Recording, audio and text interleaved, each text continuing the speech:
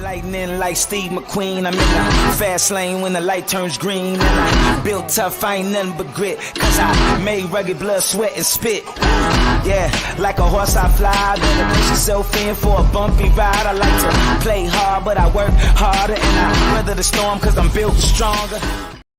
What is up, ladies and gentlemen? We are back. We are live. It is the Freight Coach Podcast, the top podcast in transportation, coming to you guys every single weekday, 8:30 a.m. Pacific, 10:30 Central, to break down some industry headlines. But most importantly, you guys provide some actual insight into what you can do with all of this information. If this is your first time tuning in, welcome. This is the real side of freight, ladies and gentlemen. And I say that before every single show. And what I mean by that is I only speak with transportation professionals, because at the end of the day, you guys, I want to talk to the right individuals who have done what you're looking to do or who are currently doing what you're trying to achieve. So you can take that information, apply it, utilize it, and see a meaningful difference in your business and your life. All right, I got a very special guest. I'm just going to bring him up right away here, you guys. I have had him on the show in the past, and seeing what meeting him in person a couple of times and what his family has done to build up their fleet out there. And I wanted to bring him on to talk about what he's experiencing in his company and what's going on in the industry and where things are. So I got my friend Harman Cheema with Cheema Freight Lines on the show. So Harman, thank you so much for joining me. Hey Chris, thanks for having me again. No, man, it's a pleasure, dude. It's been a while. We text back and forth every once in a while. We stay in contact, and it's I always appreciate your time and your perspective on things, and especially knowing your family's history and building up your guys' company and everything out there, man. So that grit and resilience it's very evident out there. Thank you. So what's new, man? What's been going on? Let's get everybody caught up with Cheema, because you guys are making moves out there. I will say that I'm about to start snapping you photos every time I see a Cheema truck out here on the 202 in Arizona. I would say, a lot of people have been asking me that lately, and I just the one thing I keep saying is we're fighting the trucking fight right now, right? Mm-hmm. And so yeah, we're doing good. We're the largest we've ever been as a fleet and as a brokerage. As well ever. So, but that means we need the most amount of loads we've ever needed, the most amount of just freight and morale and everything to keep everybody boosted right now through all of it, right? Because it is a fight right now in the industry, and there's no secrets there. You can read them online. You can check out the public companies. You can do all that. I mean, we're all kind of fighting the same fight here, and with each other, all of the above, right? So, yeah. But as far as Cheema goes, yeah, we're kicking butt. I think we're going to be, I'm confident we're going to be a step above a lot of folks when we come out of this freight recession or whatever you want to call it nowadays, right? Mm-hmm. But we're taking names, and we're building our team. That's what we've been focused on: training, building the team, getting some systems in place, whether it's phone systems or just better technology, and get ready for the opportunity and just kick ass. Don't wait for it and then start working on it. So that's what we've been working on at Cheema. Is that something that, now that you're kind of attacking that, you wish you would have done, a few years ago to kind of prepare for that stuff? Because I think like it's always easy to sit back and Monday morning quarterback a lot of these situations that go on in the world, right? But it's like, when you're in the actual trenches trying to make those decisions, I don't think a lot of people actually understand that the majority of the time you're literally just trying to fight to survive. And especially when you own as many assets as you guys do, and you guys are as big as that you guys are, like it is, it's a constant battle, right? Like there's no one time where maybe correct me if I'm wrong, where you can sit back or your leadership team can sit back and be like, damn, we're in such a great place right now. We have nothing to worry about. Yeah, I think one thing I definitely learned, so we've been in business 18 years now, and we're just approaching 500 company trucks, 2,000 trailers. We got some owner operators. We got a brokers that's doing about 3,000 to 3,500 loads a month, and mm-hmm. Everybody's fighting to get bigger, right? Because that's what we've been doing. That's the culture we've built. But at the same time, what I've learned over the last few years, especially this year, I think this has been the toughest year for me, just because of, you work your ass off for tiny margins or no margins. It's like, man, what's the reward? And then just the economical doom and gloom of the world, right? That puts people down in a way. And so it's like, man, all I can do right now is just keep the morale up, keep the rallying up, and just tell people and show the light at the end of the tunnel as much as I can. Well, I don't have a crystal ball either, right? So kind of fighting that, but the same time, what I've learned is you can't be in trucking and make it like your passive income. It's not real estate, right? You got to be 110% in, whether it's trucking or brokerage or logistics from an ownership standpoint. I think that's why some of the big private equities or the big passive owners don't do so well, and you see their results and then they exit, because this isn't a game of just buy it and hopefully it'll appreciate. There's no appreciating here, everything's a depreciation, right? So got to be 110% in, Chris. That's what I've learned. And I see that, right? And I think that has kind of been almost glamorized. And this isn't necessarily a trucking thing. I think that this is almost like entrepreneurship as a whole. Like, oh, passive income this and passive income that. And I know somebody's gonna be like, oh, no, multiple seven streams of yada yada yada. But I'm like, anybody who out there, like a lot of the guys that I follow who have built real things, they're like, yes, I do have multiple streams of income now, but for the first 15 years, I had Right. one. I had my one business, and then we diversified. Where I think a lot of people get in, they're like, "Oh, I'm going to passively do 7 different things," and like you're just half-assing everything. And that's honestly, man, that's something that I've been really battling with here in 2024 is that exact term, half-assing things, because it's like I got to the point where I feel like I was stretched too thin. I wasn't able to fully commit to things at the level that I want to. So it's like, man, I had to really adopt my new favorite word in the English language, which is no. No, I can't. No, I can't do that. And it's really tough when you go and build something from day one, dollar one. Because in the back of my mind, Harman, all times it goes back to when I was in my bedroom when I first started doing everything. I go back to that, man, when nobody wanted to talk to me. Nobody wanted to give me the time of day. And now that things are kind of up and running and the brand is what it is, and like it's a lot different than what it was. It's very hard, but I also need to keep my eye on the prize here because, like, dude, you're right. This isn't a passive thing, man. You got to really be fully invested in this 24/7, 365. Yeah, hell yeah. And I hope, I know we're talking about kind of the state of the business a little bit today, but I hope there's some motivation for a lot of the entrepreneurs that are in this business as well to just, hey, we're in August, we're almost in, I mean, we're in September in a few days here. We've Mhm. always almost made it through this year. The next year is going to be bright. We got to make it brighter, and we got to work together to just help the industry, and let's keep going, right? Rally your teams and get them pumped up. And if you're down, right, everybody looks up to leadership, and if Mhm. they're feeling the blues, then what's that going to do to the rest of your team, right? I was talking to a friend of mine earlier before we got on this call, and he was kind of feeling the same way. He's in a different industry, and I pumped him up, and I was like, dude, look. He's like, man, I just want a Porsche one day, and I was like, you gotta aim for the black jet, man. That should be the goal. Oh yeah. Because I've been talking to I got a customer that's in the healthcare space, and they make a lot of medical products, and they've just been killing it, right? And they are looking forward to the next 15, 20 years. And I'm like, why? He goes, well, that's when all the baby boomers are going to get old. And I'm Mhm. like, in my mind, I'm like, perfect. Because how many billionaires are baby boomers right now? And there's new billionaire entries are gonna come in, and I want to make sure I want to be one of those guys and take that over, right? Dude, I'm right there with you, man. Like I got a Gulfstream G7 matte black with orange hashtag the freight coach on the side of it in my vision, man. That's literally, it's funny you bring that up because it's the truth, man. Like I think like set extremely lofty goals no matter what, but then don't overlook what you have to do on the day to day. It's funny, because the book behind you there is I'm a major fan of Brad Jacobs. I'm a fan Same. of that book. Like I see it, I look at it as the way that, you see a guy like him who, seemingly built up everything by him. I don't want to say himself, because he talks about teams and systems and everything, and there are a lot, but like he started with nothing essentially. And if he was able to do it, and like what we're going through right now, ultimately, this isn't an anomaly. This isn't like the first time there's been Right. challenging times and and everything else. And I think that it's so easy to kind of get caught up in it.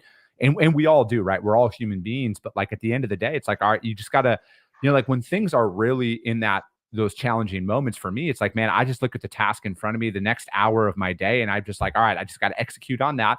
And if I do that every single day, it's those small little incremental bumps every single time. But like someone's going to come out of this a winner, a major winner. And then you're going to look back in 5 years and be like, 2020 to 2024, that is the period that made me. That's right. That's right. So, That's what makes us stronger, right? dude, I agree, man. So like how are things from, Because I think you see a lot of the publicly traded companies in freight, their results. You see a lot of brokers out there, and there's always that brokers take all the money nonsense, and and everything else I that thought goes that was on. true. Yeah, no, it is, man. Yeah, we just print money and take 80% margins, and that's just how it's done. But how are you approaching things right now, especially because as we are coming up into the end of 2024, bid season is going to be upon us. It's probably already started with some companies that are out there. How do you guys approach that? So the positive news is we're starting to see some momentum in certain markets, right? I spent the last 2 weeks with our VP of Sales, Lars, who I think he's been on your show as well. So we spent the last couple weeks on the road. First, Chris, this props to you for the motivation. Spent the last 2 weeks on the road, getting up, working out every morning, cutting the drinks, cutting the bullshit, and then going and rocking it away, right? And so we've had some good momentum. We met a lot of customers, existing customers, some new ones. While we were on the road, we were still getting emails for requests of things that are moving around, or carriers or brokers falling off of lanes, which is kind of the first sign of improvement, right? And so we picked up some stuff with some big customers that we've been chasing for a while at better rates. And so that's the first step. So I'm very bullish on that, but we got to be careful because it's not busy everywhere. It's only busy in certain markets, and it Yeah. could be busy because of certain things, right? So all in all, I think this RFP cycle that just actually already started, we're starting to see some RFPs come through now. And last RFP cycle was hell for me. We did almost 200 something RFPs, and we needed freight, right? We just needed to bring it all in, and then we'll kind of figure it out. And that was kind of the model there. But this year we're going to get very strategic on who we're partnering with and try to build more density with some of the core and strategic customers. But for us, I'm still seeing um, not seeing a lot of motivation for increases. We need the increases, but we're definitely not going backwards, and that's made that very clear to our customers. We just can't, right? We're gonna have to start walking away from business. I know big companies have been doing that this year, but I think they know that, and the message from the last couple of weeks with some of my customers was they kind of know that, and they're starting to prepare into next year, into early next year, that there's going to be some increases, because at the end of the day, if our costs are 220 a mile is what A-Tree put out, which is kind of true where a lot of companies are running, we can't be operating at $2 a mile, right? It's just not. How long can we do that? Yeah. And that, that's really interesting. So, you're talking about, being more strategic in your business approach here, in your business development approach. Are you guys only dry vans, or do you guys have any other equipment on your guys' fleet? So we're only dry van. Even on Mhm, our brokerage, we're primarily dry van. We do a little bit of flatbed, but mhm. mostly just dry van. But we're gonna probably try to open into another mode into our brokerage offering, at least, right? Maybe refrigerated or something to get our feet wet in there a little bit. But we're still gonna focus on the core, what we know the best, right? Yeah. But at the same time, we wanna on the brokerage side, we want to expand into more geography. On the truck side, we want to continue to build the density on some of the weaker lanes we have, and just continue to build that. But don't really plan on adding assets at this moment. Gonna kind of fine tune what we're doing today, Mhm. and just get them up. There's still a lot of trucks that are underperformers on my fleet that we need to continue to move up and get them more miles. How do you assess an underperforming unit on your fleet then? Are you looking at it, is it more driver centric? Is it load volume centric, where you got to get out there and pound the pavement and get more customers? Is that what you mean by that? It's a little bit of both. So I get my green bar report printed to me every Monday, and I'm just kidding. It comes on the email. It should, but and it basically I have a thing that says any trucks under 2,300 miles I want on the report, and then I will send it to the directors of the areas that are in charge of those and say, hey, why, and they go through and just say, okay, this guy was off, this guy's this, and we're constantly working every week to drive that number of unproductive, or the number of under 2,300 mile trucks down, right? And then we know we're improving. So that's what we started doing, and with that, it's been a network, right? It's been a network change, and it's very hard to develop and develop new networks, or make networks strong, when the market is busy here, slow here, busy here, slow here, and it feels like every week it's up and down, and that's the biggest struggle that we've been facing all year. So, and bringing on new business when it's slow here is going to be very difficult. When it's busy here, you can start picking that up, right? Mhm. Are you guys more regionally focused with your assets, or do you guys kind of run all, the lower 48? Because that's one thing that I see out there a lot in the owner operator community and the smaller fleet communities is they're like, oh, we'll run anywhere as long as it pays. Did you guys do that at one point and gravitate away from that, or have you guys always been regionally focused? So we have always been regionally focused. We visited a big customer last week, and we don't do business with them, but we've been selling them for a while now and trying to and this big national retailer, right? And it was cool to hear that because we've been working on this for 5 or 6 years. They were like, "Hey, when we think of I-5, we think of Chima, even though you don't do any business with us." So that was our first region was develop I-5. Now, if you drive I-5 between Washington to San Diego or Southern California, you will see a Chima truck within a few minutes of each other, and that's the density we built. And so the next steps are, Arizona's huge for us as well. You probably see trucks down there all the time. But we're primarily the 8 Western states and into the San Antonio and Dallas market as well. So we're kind of doing this funky thing right now. Mhm. But just, I like to be I don't want to be a jack of all trades, a master of none, right? I want to master lanes before we continue to move everywhere. And it keeps the trucks close, keeps the drivers close to get them home. And if something goes wrong, there's a truck within, an hour or 20 minutes of each other. So that's Mhm. kind of been the strategy. So are you guys applying that in your brokerage as well? Are you taking that same strategy, or is it a different strategy inside of your brokerage? Are you guys kind of calling everywhere? Um, Not everywhere because we're calling on the markets we know. Okay. So definitely overlap our truck line market because we know it's second nature and we know the carriers that are here that we can, you got a load for me. I know exactly who to call and I can probably get it covered within a few minutes, right? So that's the bigger strategy. But as we geographically develop into new areas, we want to get really good and get our reps that know those markets. If it's Kansas City, Texas, or wherever in the Midwest, just get really good at those lanes and build the density there. Mhm. Now, would you recommend fleets and even owner operators, we'll go back. Would you recommend that they adopt more of that strategy into building their business? Do you think that would help them get more direct customers? Because, again, and I'm kind of bringing in the whole people hate brokers, right? Right. And, but it's also, well, if you want direct freight, how do I go about it? That's probably a question that I get from a lot of owner operators and small trucking companies all the time is, hey, like I've tried to get direct customers, but I'm too small. Nobody wants to work with me. Do you think that they stick to that right now? Would you recommend that? I think it's a fine line. Right now, it's get any customer you can, right? Whether even if it's a broker that can help pay the bills. But I think for I can speak for myself and what was successful for us is we teamed up with some bigger fleets that had brokerage divisions, that have power only divisions, and just built good relationships with them, right? We knew they were going to make, I don't know, 10, 15, 20% margin, 18% margin, whatever, right? They're going to make it, but they typically have better paying freight because it's kind of like our strategy, right? Our overflow of our fleet is going to be better than the one-off spot stuff, right? And so we built some consistency around that, and I think that's good. I'm seeing that.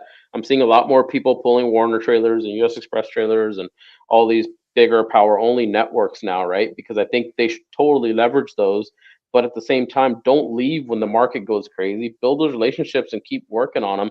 And at the end of the day, I think customers, they say less brokers, they say all those things, but they want to consolidate providers. They don't want to have 350, 400 providers. They want to have 50 to 100 good ones. And, Mhm. they'll allow companies like us to say, hey, yeah, you can use your brokerage arm when you need to, or you can use a power only solution, or you can use your trucks once we build that relationship. So for owner operators, I would just say, you can continue to work on the direct freight, but it's going to be very tough, especially if you're going for the big shippers. But if you got some smaller mom and pop or medium sized ones that you can see, focus on the area that you can come back to and service them over and over, right? With a single truck, how many times can you possibly load for that shipper, right? So you got to be cautious of that. If you're over here in Pennsylvania and the shipper's in California, then how many times are you going to make it back to California that month to do another load for them? And is it worth their while to give you 2 loads a month versus they can give somebody 10 or 15 a week, right?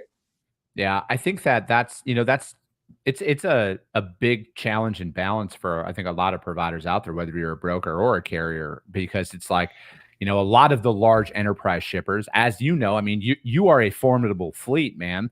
And you guys, I mean, correct me if I'm wrong, are not, like you said, you were prospecting somebody for 5 years and you're not working with them. So you guys probably deal with a lot of the same rejections as everybody else does. It doesn't Oh matter yeah, if you have 500 trucks, right? Like it doesn't matter that, I mean, what do you guys have? Probably 1,000 trailers at least? 2,000. 2,000, yeah. Yeah. So you got 500 trucks and 2,000 trailers, and you still get hit with, we're not adding anybody to our network, right? Yep. Yep. But that doesn't deter you or your sales staff from going out there and trying to continue to develop business, because in my mind, man, it's only a matter of time, right? Like it's only a matter of time. And as a business owner, I want everybody to know what I do, right? Like ultimately, I want everybody to know what I do, especially here in Arizona, especially in every single market that we're in, right? Because like, dude, I've been fortunate to get a couple of customers off of this podcast, right? So it's like there's other parts of the country, and we're trying to be as strategic as possible as we're trying to build it up. But again, like we're in that phase of building where we got a couple of like really core customers that give us a lot of our volume, but like we can't stop selling, like we got to Right. continue to go out there. But the door gets shut a lot. But like I'm finding out there right now that people are more open to quality conversations than I think a lot of people are really getting out there. And I think it always boils down to doing your homework on the person that you're calling. So how do you guys prepare for that as you're going out there and prospecting new shippers? So it's gotten a lot easier as the brand has gotten bigger, right? So that definitely helps. We're getting a lot more. Hey, yeah, let's talk. We don't have an opportunity today, but we definitely want to hear what you guys are doing. And we're okay. I love this part, Chris. Over my last couple trips, one customer told me, "Hey, I saw you on LinkedIn and doing this, and you guys are making a lot of noise on LinkedIn or on YouTube or online, right, on social media." But I was like, and then I went back. I told Lars, I was like, this guy doesn't like any of my posts. He doesn't like any of this stuff. So shippers are always watching, and I don't blame them why they're not doing that, right? Because it's gonna be like a swarm of bees after them. But I was like, people are watching, right? We got to keep doing what we're doing. Sales and marketing are, marketing is sales and sales is marketing, right? Yeah. So you got to keep doing that. And you may not be able to crack the code today, but you can only sell something when there's a need for that product, right? I'm not going to go buy something today if I don't need it, but when I need it, if you're still there, I'm going to look at it, right? So Yeah. there's no different, nothing's different about that in our space as well, right? So just Yeah. got to stay after it and stay in front of them.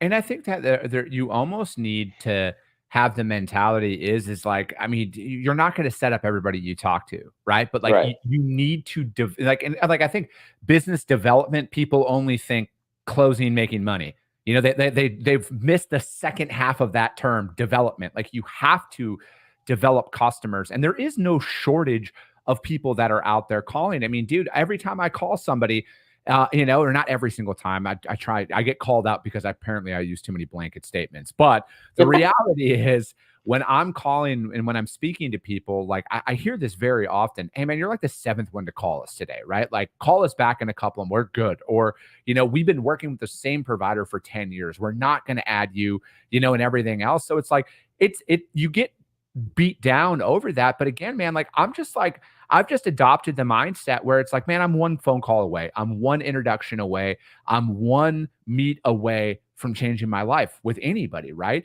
And I think that, you have to approach it like that in any market. And I think that what a lot of people need to understand, though, most importantly is how they're operating right now, whether it's business development, fiscally, budgetary, all of that. That's how you have to operate when things are good, because otherwise you get to that point where you're reckless in your approach. And I've learned that over the last couple of years, man. When revenue's up, fuck, you think you are king shit. Yeah. And you spend at a higher level, and then reality sinks in and you're like, fuck, I'm overextended. And then you got to make a bunch of cuts and everything. So I think it's good to go through that and make those changes, because otherwise you'd never know. But I think that's how you have to approach things, because in my opinion, man, you're never good in business. You never have enough customers or enough revenue.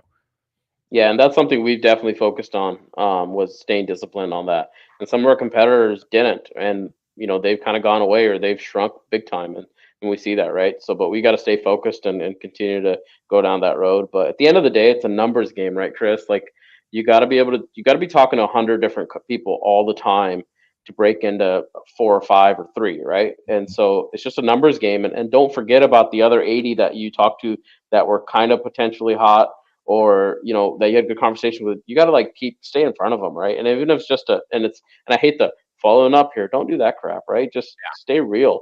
and say, hey, how's it going? What's going on? Right? Those things. So Yeah. Dude, I just try and keep it as simple as I possibly can.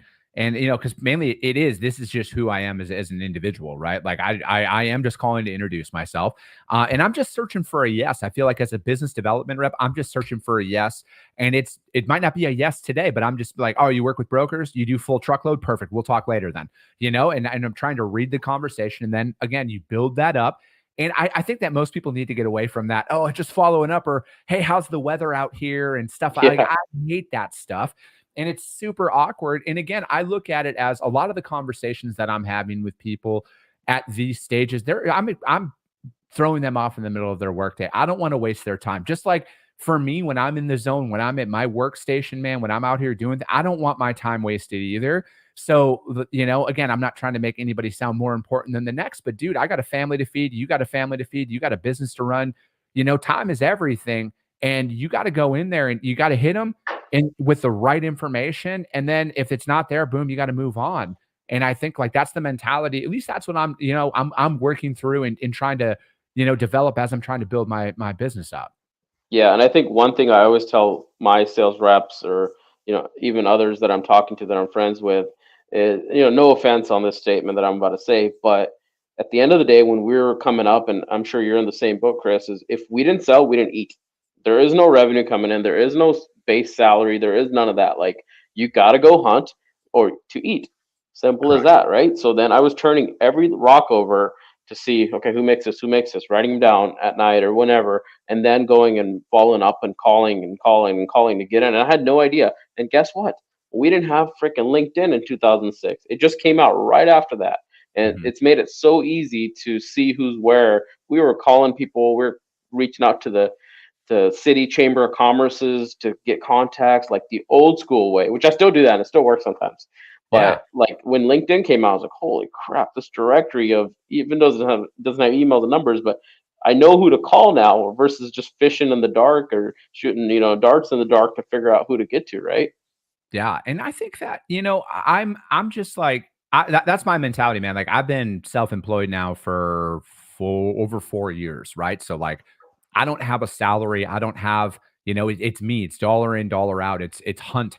It's kill or be killed. Essentially, is what it boils down to, and that's Yep. the way that I approach it, and that's the level of urgency that I bring in intensity that I try and bring every single day with it. Because like I view it like this, and I think that a lot of small businesses are in this boat, whether they want to admit it or not. I think most small businesses, and hell, probably even most established businesses, are realistically 30 days from running out of cash every month. So it's like every time I come in, on the first of the month or whatever that is, man, I'm like, all right, I'm 30 days away from being broke. You know, I'm like, I got to go out there. I got to make shit happen. So it's like when I see people comment, like, how do I show up every single day and do podcasts? This is how I support my family. I take this shit very seriously, Yeah. So it's like, and then what else am I going to do? Sit at home? It's like, fuck that, dude. Yeah, Oh that's man. right. And it's so easy to start falling on the other side and get all, doomy and gloomy, right? Just got to snap out of it and let's go, right? Rally it up. Dude, and that's exactly it. And that's why I do not pay attention to industry headlines very much anymore because of that. Because I started to realize a pattern out there. And again, like I get it, clicks get revenue and everything else. But like I'm like, man, I can't pay attention to this shit, man. I got a family to feed. Like if I paid attention to every headline out there, whether it's industry or mainstream media, dude, I might as well crawl in a fucking hole. Right. Because there's no light at the end of the tunnel if you get too far into it. But I'm That's like, right. man, I just try and minimize as many distractions as possible and lock in. And then, some days are really good, some days are not so good, but I'm going to show up tomorrow. And, I got the rest of the day today. It's two, but like I'm going to show up, I'm going to put the work in. That's right. And, one thing I want to make sure I point out is when you're hunting, you got to hunt. And when you're thinking about calling somebody, pick up the phone and call them. Don't think. Pick up the phone and figure it out, because while you're figuring out, you're thinking about it. Brad Jacobs' team at RXO is already calling them, right? Whatever, right? So your competition's already calling. So pick up the damn phone and make those calls, or figure out who the email is and just get in front of them, fly over, whatever it takes, right? Make it happen. Dude, I love it. I'm right there with you, man. I'm jacked up and I'm ready to go. I was making call. I was actually making calls before this call, before our podcast today, because I'm like, I got to get fucking in the zone for this stuff, man. So I rocked out a couple before, and no, man, I'm going to do that, and I'm going to make some more calls. And I got some site visits lined up here locally in Phoenix today as well, and I'm going to, man, just going to get out there and try and make it happen. All you got to do is shake more hands, right? That's right. Man, Harman. That's already, I got to get you back on, man. That was 30. I feel like we could go for another 2 hours here. If you guys are hiring, or if you guys have any announcements, drop them in there right now. How does anybody reach out to you guys to find out more? Find us on LinkedIn, send me a message, send Lars a message. We're looking for hunters, just like everybody else. We are looking for the people that are serious, that want to make a lot of money, that want to blow this thing up, right? It's slow right now. You're not going to make a lot of you're not going to get a lot of customers just yet, but we got to get ready, and we got to get, dialed in to take it over. So that's what we're looking for. Harman, thank you so much for reaching out. If you guys can't find Harman or Lars or anybody at Cheema, just hit me up. I'll gladly put you guys in contact with my friends over there. But that's going to be it for today, ladies and gentlemen. We will be back tomorrow. We got another guest coming on. It's our monthly Financial Friday segment that we have over at My Friends with Den, and we're going to teach you guys about another thing about how to improve the financial health of your business and how to prepare for it in those times. But as always, if you guys got value in what you heard, subscribe to the show, you guys. Share it out there to your network, because if you see value, your network's going to see value as well. I appreciate you guys. I love you guys, and we'll be talking to you soon.